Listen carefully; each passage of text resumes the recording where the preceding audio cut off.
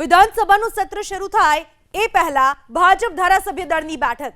મુખ્યમંત્રીના અધ્યક્ષસ્થાને મળેલી બેઠકમાં જગદીશ વિશ્વકર્મા પણ ઉપસ્થિત. ભાજપના અધ્યક્ષ હોવાની સાથોસાથ ધારાસભ્ય હોવાથી વિશ્વકર્મા ઉપસ્થિત. ગૃહમાં લાંબુ ન બોલવા માટે ધારાસભ્યોને અપાઈ સૂચના. વિપક્ષના સભ્યોને એક બે લાઇનમાં જવાબ આપવા મંત્રીઓને અપાઈ સૂચના. બિનજરૂરી લાંબા ભાષણો ન કરવા અપાઈ સૂચના. આ વિશે વધુ માહિતી આપવા આપણી સાથે જોડાઈ ચૂક્યા છે અમારા સંવાદદાતા હિરેન રાજુગુરુ. હિરેન, ખાસ શું સૂચના, કયા કારણોસર આપવામાં આવી? વિધાનસભાના ભારતીય જનતા પાર્ટીના ધારાસભ્યોની બેઠક મળી છે. બેઠકની અંદર મુખ્યમંત્રી ભૂપેન્દ્ર પટેલ, ગુજરાત ભાજપના અધ્યક્ષ જગદીશ વિશ્વકર્મા પણ ઉપસ્થિત છે. બેઠકની અંદર માર્ગદર્શન દેવાની જવાબદારી સિનિયર કેબિનેટ મંત્રી ઋષિકેશ પટેલને સોંપવામાં આવી છે. ઋષિકેશ પટેલ દ્વારા અત્યારે તમામને માર્ગદર્શન આપવામાં આવી રહ્યું છે. તેની અંદર સ્પષ્ટ સૂચના આપવામાં આવી છે ધારાસભ્યોને કે ધારાસભ્યોએ ગૃહની અંદર લાંબુ બોલવું નહીં. જરૂર પડે ત્યાં માત્ર એક કે બે લાઇનની અંદર જ જવાબ આપવો.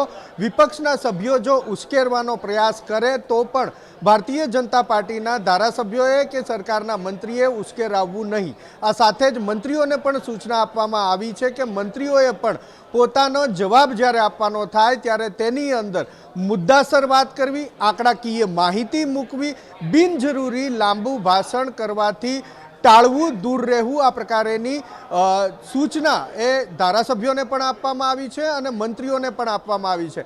માર્ગદર્શન આપતી વખતે સિનિયર કેબિનેટ મંત્રી ઋષિકેશ પટેલે સ્પષ્ટ કર્યું છે કે વિપક્ષ એટલે કે કોંગ્રેસનું સંખ્યાબળ માત્ર 12 સભ્યોનું છે. અન્ય 3 થી 4 એ આમ આદમી પાર્ટીના ધારાસભ્ય છે.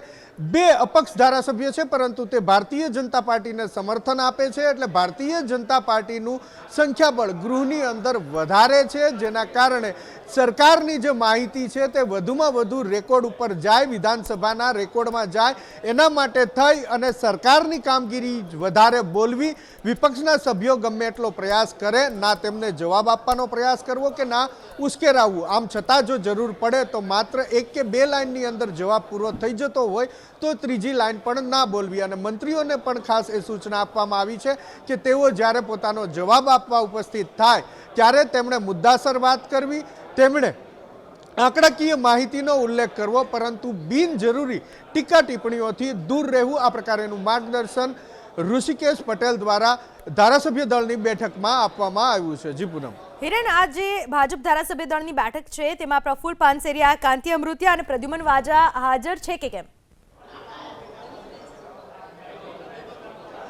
જો 3 મંત્રીઓ હાજર નથી. પ્રફુલ્લ પાનસેરિયા ચોક્કસથી પોતાના કાર્યાલય પહોંચી ચૂક્યા છે, પરંતુ એ ધારાસભ્ય દળની બેઠકમાં ઉપસ્થિત નથી રહ્યા. બીજી તરફ કાંતિ અમૃતિયાની વાત કરીએ તો મંત્રી કાંતિ અમૃતિયા પણ આજના દિવસે વિધાનસભામાં નથી આવવાના. આ ઉપરાંત માહિતી મળી છે ત્યાં સુધી એ બજેટ સત્ર દરમિયાન નહીં ઉપસ્થિત રહે એ પ્રકારેની માહિતી મળી છે, કારણ કે તેમની સર્જરી માટેની તારીખ નક્કી થવાની છે. 2 કે 3 દિવસ પછી એ તારીખ નક્કી થશે અને તેઓ સર્જરી કરાવવા ફરીથી મુંબઈ જશે અને ત્યારબાદ સર્જરી પછી પણ 1 મહિનાનો આરામ તેને કરવો પડશે. એ પ્રકારેની ડોક્ટરે તેમને સલાહ આપી છે, જેના કારણે આ વિધાનસભા સત્રમાં મંત્રી કાંતિ અમૃતિયા ઉપસ્થિત ન રહી શકે એ પ્રકારેની માહિતી આવી છે.